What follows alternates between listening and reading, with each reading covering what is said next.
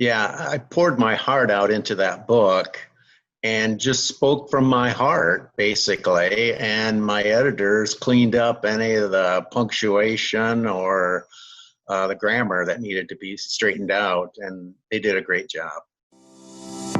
Welcome to A Healthy Bite.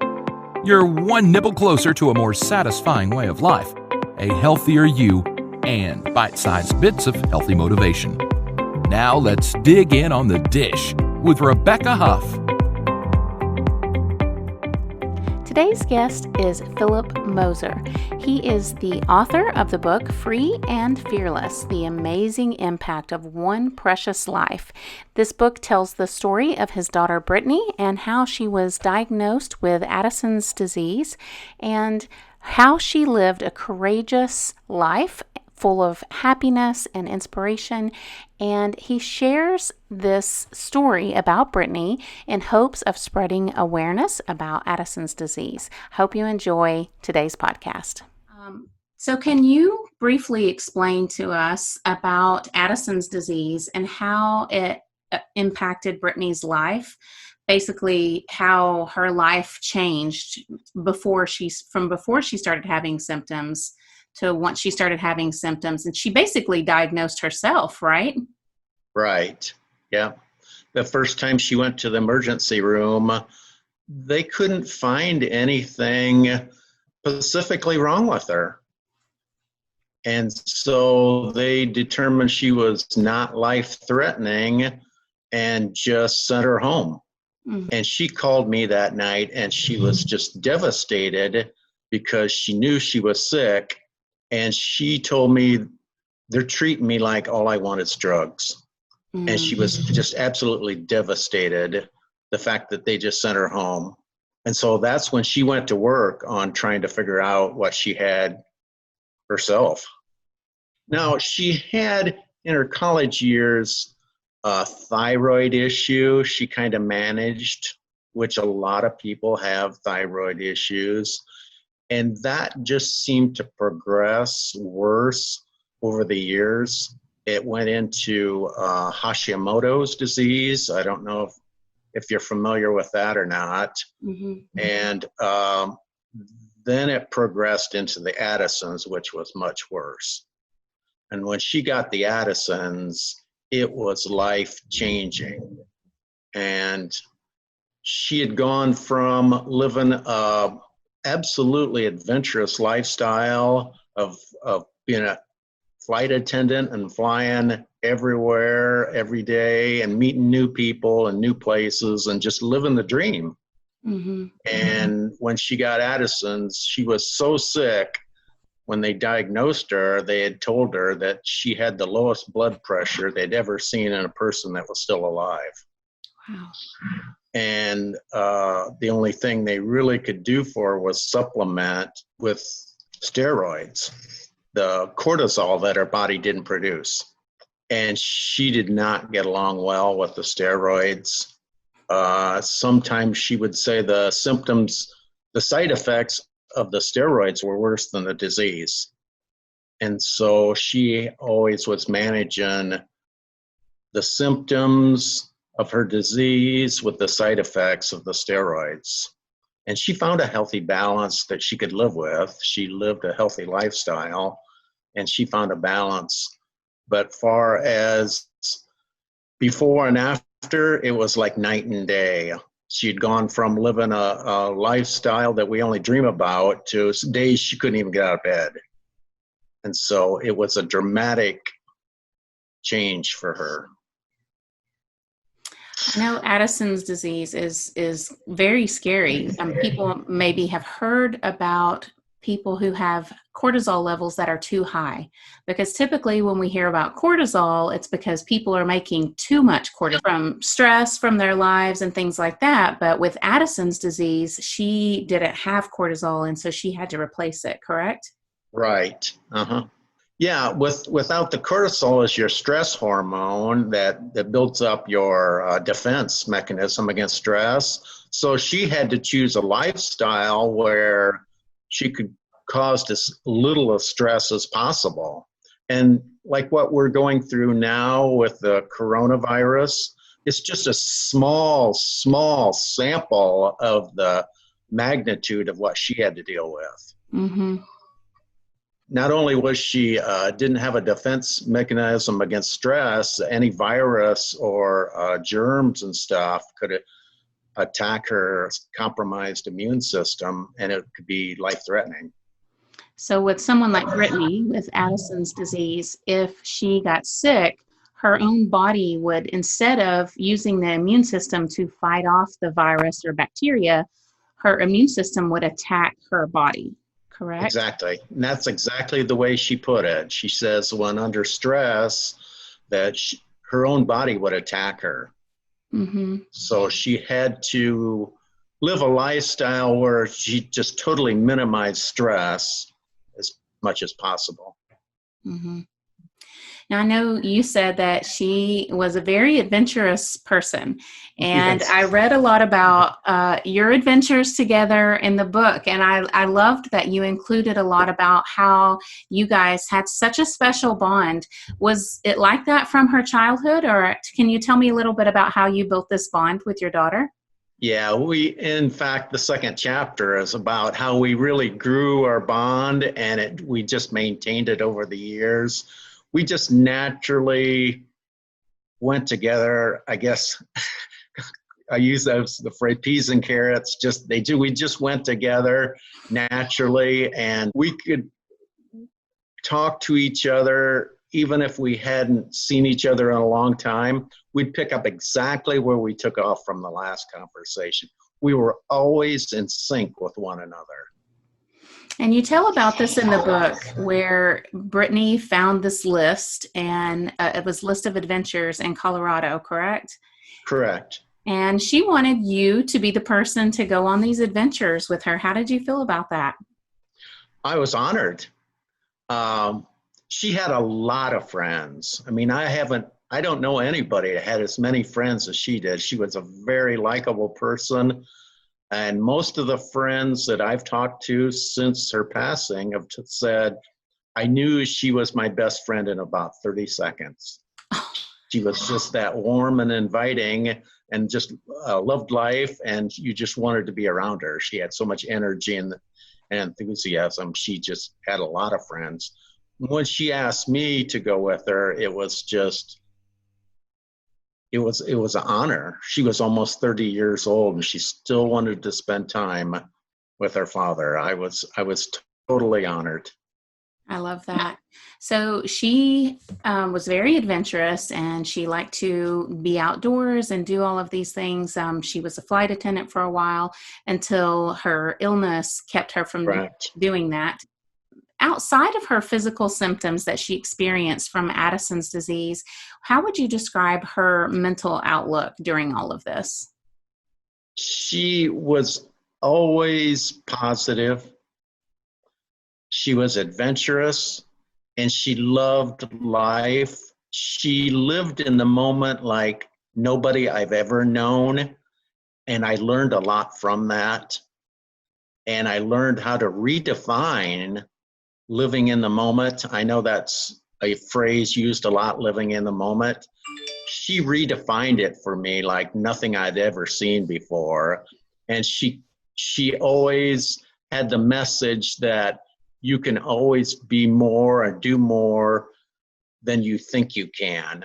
And she was absolutely right. She had great insights and could see the best in people and bring it out. And that's what she did for me. I love that.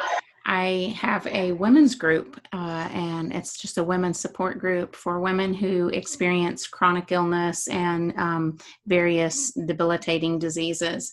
And I think keeping a positive mental outlook is one of the biggest challenges. Of course, the physical symptoms are always there, but when you have a good mental outlook, I think it helps with the physical aspect to a certain degree. If you could speak through her life and the way she kept her mental outlook, just how you say she maintained this positive mental outlook, what would you say to people? Like, do you have any tips that you learned from her that you feel like other people could use? Well, with her, she loved life, and she really loved who she was. And there was no illness or disease that was ever going to take that away. And she was holding on to that. And as long as you have ability to love, then you have the ability to rise higher in your situation than you might think. I love that.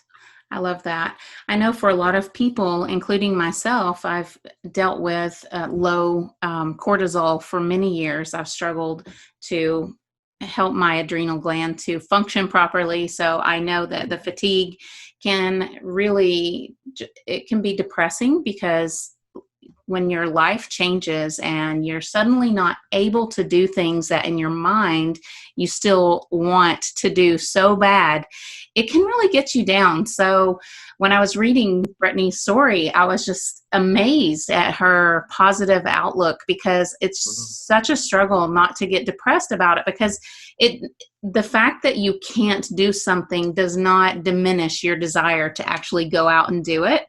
So I was very impressed with that. How do you think she handled these changes?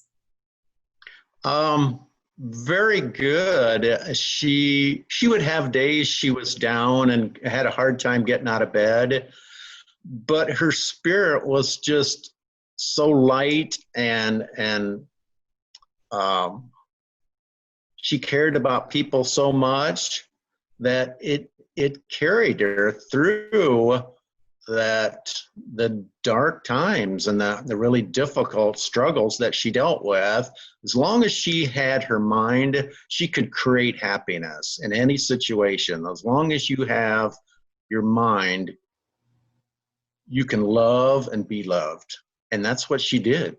And then after Brittany passed away, it was sudden. You weren't expecting this. She hadn't been in the hospital or anything, right? Can you tell us a little bit about what happened when you called her that weekend?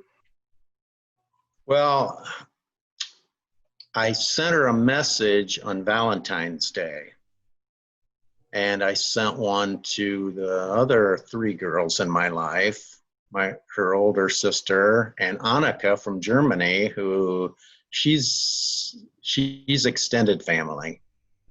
And I checked the next day, and I got responses back from Annika and Camille, but Brittany didn't respond. And right then I knew there was something wrong, because she always responds and she's just always so grateful. And so that's when we called to have them check on her. And at this point I was fearing the worst. We had called her work, and they said, well, she hadn't showed up for 3 days. And that wasn't like her either. Her phone was dead. I tried to call her and her phone was dead. And so I was prepared for the worst at that point. She was dealing with a lot, and we thought she was over the hump with the stress of a new job, and but apparently not. It was real difficult. I know I read towards the end of the book, after you found her phone, and you shared screenshots of the last, you found in her notes. And she wrote, "I've lived a very fulfilling and happy life. I've lived as I wanted, free and fearless, happy and always at peace." That was the most powerful words I've ever read in my life, because it put meaning to everything. Everything that we did was good enough. Everything that who we are was good enough. And she was at peace regardless of what happened. She put it on her phone 4 months earlier and took the lock off her phone just in case something would happen. So she cared so much about us that she prepared us for her passing. And she never told us that she put that message on her phone. We found it 6 weeks after her passing. And it was the most thoughtful thing I had ever seen from a human being, that they wanted to comfort us even in their own past.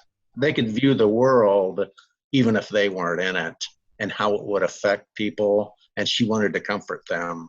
That was the heart that she had.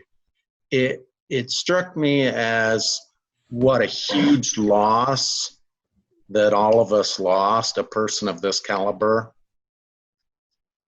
But it also showed what a kind of a character that she really was, that in the end, love conquers all, and she wanted us to know that. She definitely portrayed that message, and I think that you've captured the beauty of her personality in this book, and that was very touching. I appreciated that you put those very personal parts of her story in this book. I don't know of any other story where somebody went to that much extreme to prepare other family members. It was very thoughtful. Yes. And so, yeah, it was a mixed message. It was heartbreak of the person that we lost, but at the same time, it was the most loving thing that I've ever seen, and the most giving thing that I've ever seen from someone. Mm-hmm. I want you to tell us a little bit about the legacy that Brittany has left behind, and that you're helping to get this message out. I know there's a story behind the little butterfly on the back of your book. Can you tell us about that? My oldest daughter, Camille, is a graphic designer. And the company that she works for creates logos and does advertise logos for businesses, and they do a lot of specialized projects. And so when they heard about Brittany's story, and that there was not a logo for Addison's disease, they took it upon themselves to do that for Brittany, was to create that logo and bring awareness to Addison's disease. And so the butterfly represents, she was a butterfly, and it has the symptoms inside the butterfly.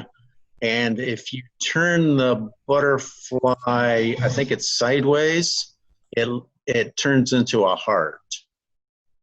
That is so sweet. I had read the symptoms on the inside of the butterfly wings. That was brilliant. And so I know that a portion of the proceeds are also contributing to her legacy. Can you tell us about that? Yeah, I donate $1 for every book I sell to the National Adrenal Disease Foundation, and they support people with Addison's disease, and they bring awareness to Addison's disease. And so that's exactly the kind of support we would have enjoyed with Brittany. She felt that she was alone with this disease. She didn't know anybody else that had it. The medical community had never seen it before. She needed awareness and support about it. And she almost passed away before she was diagnosed. Right. She had 2 close calls. Am I correct? Yeah. Mm-hmm. Right. Mm-hmm. And so people can find out more about the book and about Addison's disease by visiting your website, right? Correct. She had a video production degree with the goal of working in Hollywood. And so I wanted to honor her with a video. And so there is a link to YouTube in the back of the book of the video that I made of our last adventure together. Yeah, it turned out great. I'm real happy with it. I think she'd be happy with me. I have another announcement also. She had a goal of working in Hollywood, and I got a call last week from a Hollywood producer. They're interested in this story about doing a movie. Oh, that would be wonderful. So they're going to do all the research and get back with me on how to proceed forward with turning this into a movie. Wonderful. Well, if you're listening and you want to find out more about Brittany's story, about the book, or about Addison's disease, you can visit the website freeandfearlessbook.com. And I'll have the link to that in my show notes. So you can just click on it and go check out the book and get more information. And you can also watch the video that Mr. Moser is telling you about. It is really, I have to say, I thought it was a really good video too. I had to watch it once I got to the end of the book. And I think that was, I don't want to give away too much about the story, but I thought that was beautiful that you and your wife went on that hike. Yeah, it was a very difficult physical challenge. It took us 10 hours from the time we left our car till we got back. Yeah, it was very challenging at a high altitude. And we didn't have any major problems, and it was a huge success. Awesome. I love it. I love that you shared the video as well. So thank you so much for doing that. And is there any final words that you would like to share with us about the book or your website or anything else? Far as honoring someone, a family member that has passed away, I would recommend do something in their spirit that they would enjoy, and that it brings comfort and closure to that person. You feel like they would be smiling down on you, and so that's meant a lot. I feel like what I've accomplished since her passing, she'd be smiling down, and so it really brings a lot of comfort. And this journey is still continuing. I can't wait till to find out more. Wonderful. Yeah, I think it's a wonderful story, and I'd hope they do make a movie out of it, because I'll be the first in line to see it. It was a beautiful story and well written, and I hope it does bring more awareness to Addison's disease, because, like you said, a lot of people, especially medical people, really don't know the signs and symptoms. Don't see it every day. Right. I've had 8 people contact me since I've been on the radio and TV that say they have the same thing, and they appreciate what I'm doing, is bringing awareness to their condition. Exactly.